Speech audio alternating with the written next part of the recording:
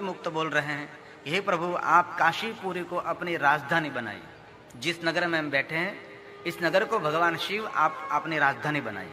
मैं आपकी इस पुरी में निरंतर आपका चिंतन करूंगा, सुख के लिए आपका ध्यान करूंगा, यहीं आप निरंतर निवास करें। जो भगवान शंकर जी के अंश हैं अभिमुक्त, उसने भगवान निराकार शिव को प्रार्थना की कि आप यहाँ अपनी राजधानी बनाओ और मैं निरंतर आपका ध्यान करूंगा, आप निरंतर यहाँ निवास करो। और शिव पुराण में बार बार कहा है काशी नगरी भगवान शिव जी का निवास स्थान है। काशी नगरी पार्वती को अति प्रिय माने जाती है, विष्णु जी को प्रिय है, देवताओं को प्रिय। कल हमने कथा में सुना था देवताओं मरने के लिए काशी नगरी को पसंद करते हैं, ये काशी नगरी की महिमा मानी जाती है।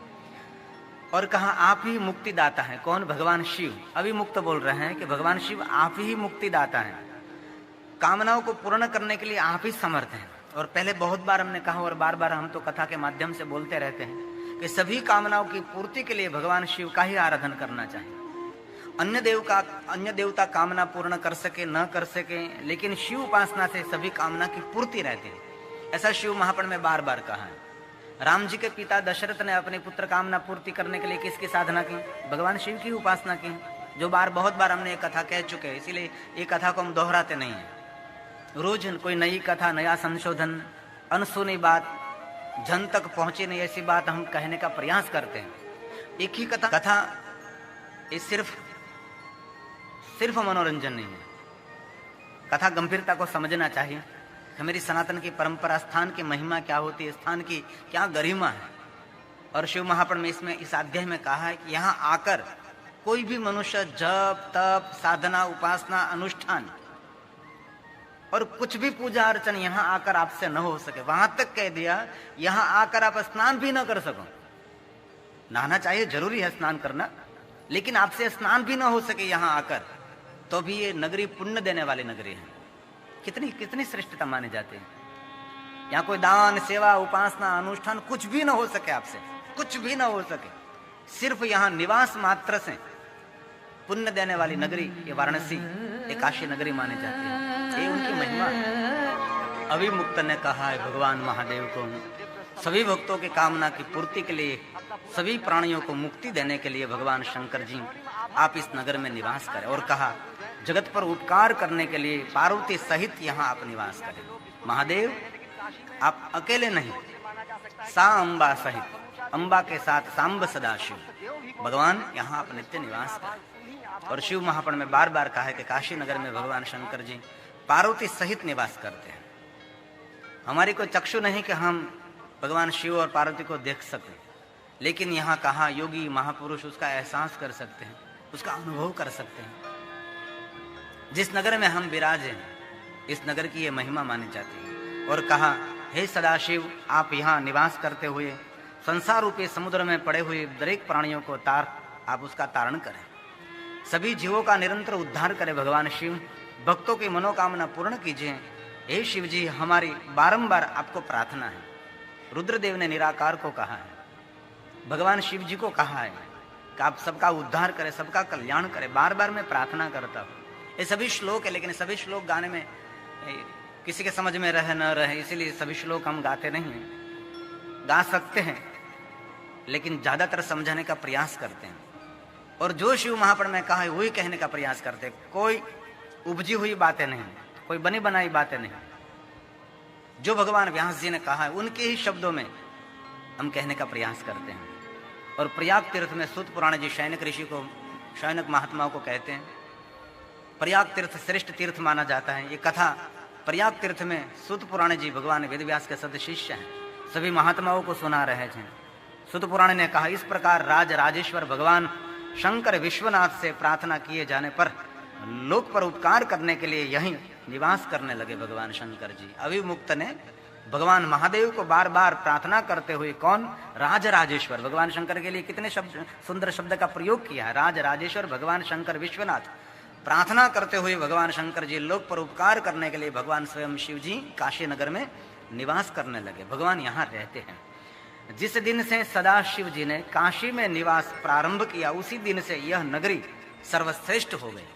पहले नगरी सर्वश्रेष्ठ नहीं माने जाती, देवदास की नगरी थी, लेकिन सर्वश्रेष्ठ नगरी नहीं माने जाती थी। सर्वश्रेष्ठ नगरी वहां से हुई जब से भगवान शिव और पार्वती ने इस नगर में निवास किया। ये बात शिव महापुराण में कही गई है। कितनी सुंदर बात है।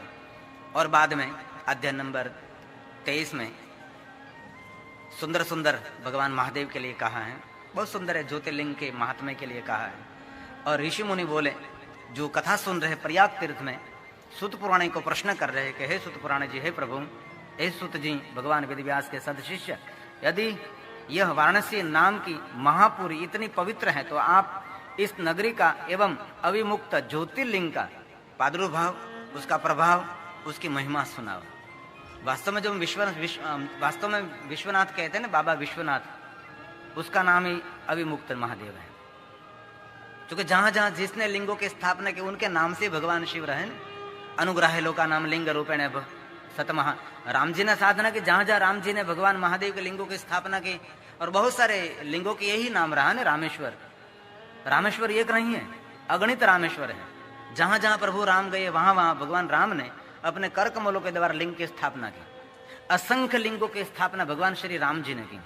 इसमें से एक शिवलिंग को हमने ज्योतिर्लिंग रूप में स्वीकारा, सेत बंधेतु रामेश्वर। बाकी असंख्य राम जी ने लिंगों की स्थापना की। इसलिए यहाँ का जो शिवलिंग है, अभी तो नहीं है, अभी तो ये हमने प्रतिष्ठित किया है। महारानी अहल्याबाई परम शिव भक्त हुई, उसके बहुत सारी हिम्मत के द्वारा ये लिंग स्थापित हुआ है। हमारा पहले का जो मूल था वो तो बहुत सारा नष्ट हो गया। तो ये ज्योतिर्लिंग माना जाता है। अविमुक्त ज्योतिर्लिंग का प्रभाव, उसका प्रादुर्भाव, उसकी महिमा क्या है, सुनाने का प्रयास करो। अभी इस पूरे अध्याय में 23वें अध्याय में ज्योतिर्लिंग विश्वनाथ, बाबा विश्वनाथ की महिमा है। बहुत सुंदर महिमा है। गंभीरता से थोड़ी देर के लिए सुने, बाकी तो मैं सुंदर सुंदर कीर्तन कराऊंगा, आपको थोड़ा सा नृत्य भी कराऊंगा, लेकिन थोड़ा गंभीरता से सुने। सूत जी ने सुंदर जवाब दिया है, हे मुनीश्वरों, मैं वाराणसी तथा विश्वेश्वर शिव के सुंदर महात्म्य को संक्षेप में वर्णन करूंगा। विस्तार तो मैं नहीं कर सकता, क्योंकि करोड़ों साल तक इस ज्योतिर्लिंग का विस्तार करने में कोई समर्थ नहीं है। इसलिए मेरे सदगुरु भगवान महर्षि व्यास जी ने जो मुझे कहा और मुझे जो याद रहा, मेरी बुद्धि अनुसार मैं कहने का प्रयास करूंगा। आप सावधान चित्त से सुनो। श्लोक में भी कहा, सावधान ते सुनो, सावधान से सुनो, आप मन लगाकर सुनो, भक्ति से सुनो। कथा एक साधना है, मैं बार बार कहता हूं, कथा एक पूजा है। कथा भगवान की वांगमय पूजा माने जाती है। कथा खुली आंखों के द्वारा ध्यान माना जाता है। लोग आंख बंद करके ध्यान करते हैं, लेकिन ये कथा खुली आंखों के द्वारा भगवान का ध्यान माना जाता है। किसी समय पार्वती ने बड़ी प्रसन्नता से संसार के हित के लिए काशी तथा अविमुक्त महात्म्य शिव जी से पूछा है। अब संवाद भगवान शिव और पार्वती का संवाद शुरू होगा। मूल संवाद कहाँ चल रहा है कि प्रयाग तीर्थ में सूत पुराणी और शैनक ऋषि के बीच संवाद चल रहा है, और दूसरा संवाद ब्रह्मा और नारद के बीच चल रहा है। और ये मूल संवाद जो है ये भगवान शिव और पार्वती का संवाद है। स्वयं पार्वती ने प्रश्न किया है, ये जो श्लोक है पार्वती जी के मुख में से प्रकट हुआ है। पार्वती जी ने कहा, हे शिव जी, आप लोक हित की कामना से मेरे ऊपर दया करके इस काशी क्षेत्र के महात्म्य और अविमुक्त महात्म्य मुझे सुनाओ। जिज्ञासा व्यक्त की, मैं आपको महात्म्य सुनाता हूँ। ये जो वाराणसी है, काशी, भगवान मुक्तेश्वर महादेव की महिमा कही है। यह वाराणसी नामक क्षेत्र मेरा सदा गोपनीय क्षेत्र रहा। किसने कहा? शंकर जी ने। महादेव ने कहा मेरा क्षेत्र गोपनीय है। गोपनीय मतलब उसका जो महात्म्य है मैंने किसी को बताया नहीं है। यहाँ की जो श्रेष्ठता और सर्वश्रेष्ठता है, भगवान शंकर ने कहा ये नगरी मुझे प्रिय है। वाराणसी नाम की नगरी एक गोपनीय क्षेत्र माना जाता है। बहुत सारे राज और रहस्य यहाँ के खुले भी नहीं है, अकबंद रहे हैं। ये भगवान शंकर जी ने कहा। यही सारे प्राणियों को सर्वथा मुक्ति देने वाला ये नगर, ये वाराणसी है। ये कौन बोल रहे हैं? स्वयं शिव बोल रहे हैं। कोई सामान्य मनुष्य नहीं बोल रहा है, कोई ऋषि नहीं बोल रहा है, स्वयं भगवान महादेव बोलते हैं, स्वयं भगवान शंकर जी बोलते हैं। उसका वचन माना जाता है कि ये नगरी गोपनीय है और सभी प्राणियों को सर्वदा मुक्ति देने के लिए समर्थ ये नगर को माना जाता है। और आगे कहा, इस मेरे क्षेत्र में सिद्धगण अनेक प्रकार से अलग अलग रूप धारण करते हैं, मेरे लोक को प्राप्त करने की इच्छा करते हैं। मेरा व्रत धारण करके शिवलोक तक वो पहुंच जाते हैं। योगी महापुरुष जो है, जो सिद्धगण है, अलग अलग रूप लेते, कोई पक्षी का रूप लेते, कोई प्राणी का रूप लेते, कोई पशु का रूप लेते हैं। ऐसे रूपों ले लेकर इस नगर में रहते हैं और ये इस नगर का सेवन करने मात्र से शिवलोक तक पहुंच जाते हैं। पहले जो हमने स्तोत्र का गायन किया, पहले दिन इसे आया था कि काशी नगरी वाराणसी शिवलोक तक पहुंचने के लिए सीढ़ी माने जाते हैं। यहां से सीधा शिवलोक जा सकते हैं। ये स्वयं भगवान शंकर ने भी कहा है। महादेव और महादेवी का संवाद माना जाता है। कोई जितेंद्रिय हो, आत्मा को अपने वंश में करके, अपनी इंद्रियों को अपने वंश में करके निरंतर महायोग का अभ्यास करते हैं। कुछ लोग भोग एवं मोक्ष देने वाले श्रुति विहित ऐसे कोई कर्म करते हैं जो शास्त्र विहीन कर्म होते हैं ना, जो दुष्कर्म जिनको कहा जाता है, ऐसे मारण मोहन वो जो होता है ना, आप समझते इस बात को। तो श्रुति विहित, श्रुति सम्मत नहीं है, ऐसा करते हैं। कोई बलि चढ़ाता है, ऐसा विहित कर्म करते, पाशुपत व्रत करते हुए गंदे आचरण से भी भगवान का आराधन करते हैं। यहाँ बहुत लगे से तांत्रिक लोग होते हैं ना, बलि चढ़ाते हैं, पशु की हत्या करते हैं, ऐसा बहुत कुछ होता है। मुर्दे पर प्रयोग किया जाता है, ऐसा बहुत कुछ इस नगर में है। तो भगवान शंकर ने कहा उसका भी यहाँ मंगल ही होता है। क्या बात के शंकर जी की उदारता तो देखो। ऐसे लोगों जो श्रेष्ठ पवित्र होकर अपने इंद्रियों को अपने वंश में रखकर जो साधना करते हैं उसकी तो गति होगी, लेकिन ऐसे लोगों को भी भगवान महादेव उसको गति करते हैं। हे महेश्वरी, जिस कारण मैं सब कुछ छोड़कर वाराणसी में स्थित होकर निवास करता हूं, जगत पर उपकार करने के लिए, जगत का हित करने के लिए, जीवों को, प्राणियों को मुक्ति प्रदान करने के लिए मैं काशी नगर में रहता हूं। सभी लोक का त्याग करते हुए स्वयं शिव ने कहा कि पार्वती महेश्वरी, मैं इस काशी नगर को पसंद करता हूं। जो मेरा भक्त है एवं जो ज्ञानी है वो दोनों मुक्ति का अधिकारी है। यहाँ कोई जिनमें ज्ञान नहीं है, सिर्फ भक्ति करता है, वो भी शिवलोक का अधिकारी है। और जो यहाँ ज्ञान अर्जित करता है, बहुत यहाँ पढ़ने के लिए आते हैं ना, काशी में पंडित होने के लिए आते हैं, तो भी मुक्ति के अधिकारी, शिवलोक के अधिकारी मान, दोनों को समान अधिकार मिलता है। यहाँ कुछ भी ज्ञान न अर्जित करो और सिर्फ यहाँ आकर भगवान की भक्ति करो तो अभी ये मुक्ति का अधिकारी हैं। बहुत सारे ज्ञान अर्जित करो तो अभी मुक्ति का अधिकारी माने जाते हैं। उन्हें किसी अन्य तीर्थ की अपेक्षा नहीं करनी चाहिए। काशी में जो रहते हैं उसके लिए कोई अन्य तीर्थ की कोई आशा अपेक्षा नहीं करनी चाहिए, क्योंकि ये तीर्थों में श्रेष्ठ हैं। उनसे बड़ा तीर्थ कहाँ आप जाओगे। इसलिए स्वयं शंकर जी ने पार्वती को कहा, भवानी को कहा कि यहाँ जो निवास करते हो उसको अन्य तीर्थ की अपेक्षा नहीं करनी चाहिए। और भगवान स्वयं भगवान महादेव जी कहते हैं कि इस तीर्थ में रहकर परम लोक और परम गति को प्राप्त हो सकते हैं। ये तीर्थ मेरा प्रिय तीर्थ है और जो कोई यहाँ इस तीर्थ का सेवन करते शीघ्रता से शीघ्र मुक्ति प्राप्त करके मुझ तक पहुंच सकते हैं। मैं वचन देता हूं, ये मेरा वचन निश्चिंत है। भगवान शंकर जी ने पार्वती को वचन दे दिया कि ये मेरा वचन है, यहाँ कोई भी निवास करेगा वो मुझ तक पहुंचेगा। ऐसा भगवान शंकर जी ने भवानी को कहा और कहा, हे परम शक्ति, इस सर्वश्रेष्ठ अविमुक्त तीर्थ में जो विशेषता है उसे मन लगाकर सुनो।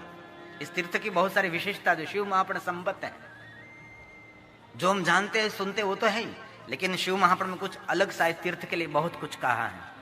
मैं भी पहली बार गा रहा हूं, मैंने कोई कथा में ये रहस्य खोला नहीं है और बहुत सारी ऐसी कथा अभी भी अनसुनी रही है। ऐसी बहुत शिव जी के बारे में बातें हैं जो जन तक, लोग तक पहुंचने, क्योंकि ज्यादातर कथा में क्या ध्यान में रखना पड़ता है, लोगों की मानसिकता को ध्यान में रखना पड़ता है। जो कथा 3 प्रकार से की जाती है। एक तो लोक भोग्य कथा। लोक भोग्य में क्या होता है, लोक भोग्य में व्यवहारू दृष्टांत होते हैं। सास को कैसे रहना चाहिए, पुत्र वधू को कैसे रहना चाहिए, परिवार क्या होता है, पारिवारिक कथा जो लौकिक कथा होती है, जो हम रोज हमारा जीवन चलाते हैं, ऐसी कथा लोक भोग्य कथा। मतलब लौकिक बात है, व्यर्थ बात है, सब तुच्छ बात है जिनको कहते हैं, उसको लौकिक कथा माना जाती है। एक लौकिक परंपरा है और दूसरी परंपरा गुरु शिष्य की परंपरा है। गुरु शिष्य की परंपरा में क्या होता है, थोड़ी मर्यादा रखकर चरित्र को सुनाया जाता है, थोड़ा सा पर्दा रखकर चरित्र को सुनाया जाता है। और तीसरी परंपरा है परमहंसों की परंपरा। ब्रह्मानंद मिटा दे पर्दा तो घट घट दर्शन पाऊं। जब परमहंसों की परंपरा में शब्दों की मर्यादा रखने की आवश्यकता नहीं है। यहाँ शब्दों की मर्यादा रखनी पड़ती है। कुछ ऐसा लिखा है तो मैं आपको नहीं बता सकता। शिव महापुराण में बहुत सारी ऐसी कथा है कि जन लोक के सामने कथा हम परिवर्तन करके रजू करते, क्योंकि हम कथा को आकार देने वाले हैं और वक्ता को अधिकार है कि कथा का आकार दे सकते हैं आप मर्यादा रखकर। क्योंकि ये पुराण है तो खुली भाषा है उसकी, तो पर भगवान व्यास की कलम जब कमाल करती है तब इसमें कोई विवेक नहीं रहता। भगवान व्यास लिख देते हैं, स्पष्ट लिख देते हैं, तो ये जन श्रोताओं के सामने ये नहीं बोल सकते। लेकिन परमहंसों के साथ जब संवाद होगा तब जो कहा वही कह देते हैं। इसलिए ये जो हमारी परंपरा है, अभी जो मैं गा रहा हूं, ये लोक भोग्य नहीं है। लोक भोग्य हम कथा करते गांव में जाते हैं, सामान्य लोग सामने बैठे हैं, जिनको कोई जिज्ञासा नहीं है, सिर्फ अपने आनंद के लिए, मनोरंजन के लिए आए हैं, उनके लिए लोग भोग हंसाते हैं, हम रड़ाते हैं। सांसारिक बात करो तो रड़ने लगते हैं, समर्पण की बात करो रोने लगते हैं। लेकिन हम तीर्थ में बैठे हैं, इसलिए जो शिव महापुराण में कहा वो कहने का प्रयास करते हैं। विशेष मन लगाकर सुनो। अब यहां निवास करने वाले चाहे किसी भी वर्ण का, किसी आश्रम का हो, चाहे बाल हो, युवा हो, चाहे वृद्ध हो, काशीपुरी में मरने पर निसंदेह महादेव ने कहा ये मुझ तक पहुंच सकता है। कितनी सुंदर बात है। कोई भी जाति, कोई भी ज्ञाति, कोई भी वर्ण, कोई भी आश्रम का कोई भी मनुष्य यहां जिनका शरीर छूटता है वो निसंदेह ये मुक्ति का अधिकारी बनता है। चाहे कोई भी पवित्र हो, अपवित्र हो, कन्या हो, विवाहिता हो, विधवा हो, वंध्या हो, रजस्वला हो, प्रसूता हो, संस्कृता हो, असंस्कृता हो, चाहे जैसी कैसी जो भी हो, ये ब्राह्मणों इस क्षेत्र में मरने पर मुक्ति प्राप्त हो जाती है, इसमें कोई संशय नहीं। ऐसा शिव महापुराण का कहना है। ये जो मैं बोल रहा हूं डिट्टो शिव महापुराण में से बोल रहा हूं, इसमें मेरा कोई मिश्रित नहीं है। जो भगवान व्यास ने कहा, श्लोक का भाषांतर ये आपको सुना रहा हूं। इसलिए नगर की बड़ी महिमा मानी जाती है। इसलिए आप सबका बहुत बहुत मैं बहुत हृदय से प्रणाम करता हूं कि आप आदर के साथ भगवान की कथा शांत चित्त से सुन रहे हैं। और एक बात और बीच में कहता हूं, शिव महापुराण की है, देवों की कथा सुनने से जो कथा सुनता है उनको ही पुण्य मिलेगा।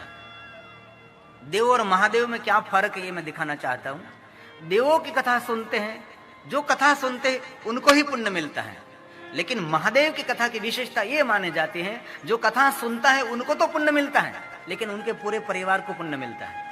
ये महादेव की कथा की विशेषता है।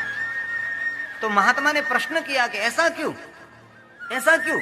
ये देव की कथा सुनने से जो सुनता है उनको पुण्य मिलता है, लेकिन महादेव की कथा सुनते उनको भी पुण्य मिलता है, उनके परिवार को पुण्य मिलता है। तो कैसे मिलता है? तो महात्मा ने जवाब दिया है कि शिव हमारा मूल है। ये तो सत्य है ना। जगत का मूल कौन है? शिव। हमारा सबका मूल कौन है? शिव। तो वृक्ष को जल सिंचन करना है तो आप पत्ते को पानी पिलाते हैं कि मूल में पानी रखते हैं? वृक्ष के मूल में आप जल सिंचन करते तो मूल के द्वारा डाली डाली के पत्ते पत्ते को पानी मिलता है कि नहीं? तो शिव कौन है? शिव जगत का मूल है।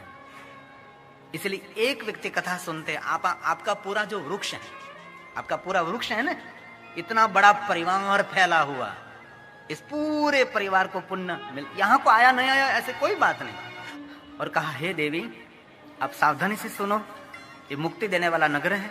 इस क्षेत्र में न ज्ञानी की अपेक्षा है, कोई यहाँ अज्ञानी रहता होगा तो भी मुक्ति का अधिकारी है, न भक्ति की अपेक्षा है। यहाँ कोई आकर भक्ति भी नहीं करे तो भी वो मुक्त है, और यहाँ आकर को ज्ञान अर्जित ना करे तो भी वो जीवात्मा मुक्त है। और न सत्कर्म करे, यहाँ कर कोई भी सत्कर्म आपसे न हो सके तो भी ये मुक्ति के अधिकारी है। कितनी सुंदर। न दान की अपेक्षा रखे, न ज्ञान, न दान, न सेवा, न भक्ति, कुछ भी नहीं, तो भी वो जीवात्मा मुक्ति के अधिकारी है। एक श्लोक बोलता हूं, इसलिए मेरी बात सत्य लगे आपको, कल्पित नहीं मैं कहता।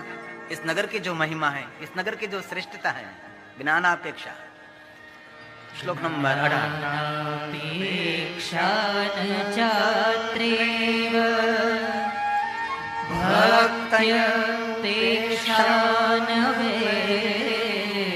न भक्ति की अपेक्षा, न ज्ञान की अपेक्षा, और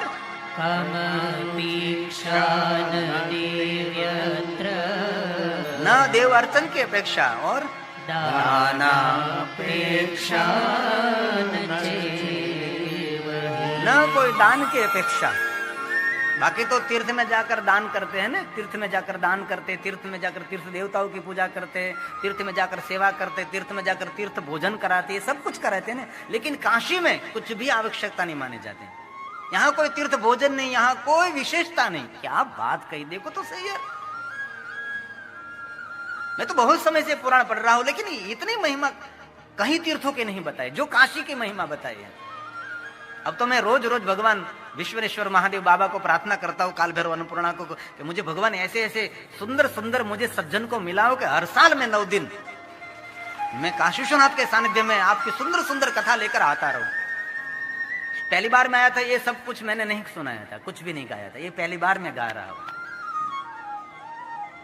ये यश मेरे शिकरिया परिवार को मिल रहा है और लाखों ने करोड़ों लोग सुन रहे हैं, जो कि हमारे कांटेक्ट नंबर पर फोन आए थे, फोन पर थे, हमको मालूम होता है कहाँ कहाँ कथा सुनते हैं। हिमालय पहाड़ों की कंदरा से लेकर देश और विदेश में निरंतर निरंतर कांटेक्ट नंबर फोन हम सुनते, करोड़ों की संख्या में सुनते हैं लोग। इसीलिए तो टेलीविजन का हम सदुपयोग करते हैं ना। और बहुत सुंदर बात की है, न संस्कार की अपेक्षा, देखो लो यहाँ कोई संस्कार की जरूरत नहीं है, बिन संस्कारी कोई ऐसा होगा तो भी मुक्ति का अधिकार है। न कोई संस्कार की अपेक्षा, न ध्यान की अपेक्षा, न नाम की अपेक्षा, न पूजा की अपेक्षा, न श्रेष्ठ जाति की अपेक्षा। बोलो, यहाँ कोई जाति कुजाति, कोई पूजा, कोई अर्चन, कोई दर्शन, कोई संस्कार की आवश्यकता नहीं, कोई ध्यान की आवश्यकता नहीं। इस काशी नगर में आकर आप ध्यान न करो तो भी मुक्ति का अधिकारी माने जाते हैं। ये सभी श्लोक हैं। और कहा आगे, चाहे कैसा जैसा भी मनुष्य क्यों न हो, जैसा तैसा कैसा भी मनुष्य न हो, यदि वह मेरे इस मोक्षदायिनी मोक्षपुरी में निवास करता है तो वह निश्चित ही मोक्ष को प्राप्त कर लेता है। हे प्रिय, मेरी यह दिव्यपुरी अनंत गोपनीय है। हे पार्वती, इसका महात्म्य ब्रह्मा आदि भी नहीं जानते। ये शंकर भगवान ने पार्वती को कहा कि पार्वती, ब्रह्मा भी उनकी महिमा नहीं जानते, जो काशी की महिमा, जो गोपनीय महिमा है। अरे मैं भी पहली बार ही गा रहा हूँ, मैं भी नहीं जानता था। ये पढ़कर मैंने निरंतर संशोधन करके, अब तो बहुत कुछ है, जितना हो सके, जितनी आपकी तैयारी मानसिकता, इतनी मैं कहने का प्रयास करूंगा। यह अविमुक्त नाम से कहा जाने वाला मेरा क्षेत्र अन्य क्षेत्रों में महात्म्य से बहुत बहुत बहुत ज्यादा है। और कहा, मरने के उपरांत यह नैमिषारण्य आदि क्षेत्रों से भी अधिक मोक्ष देने वाला नगर है।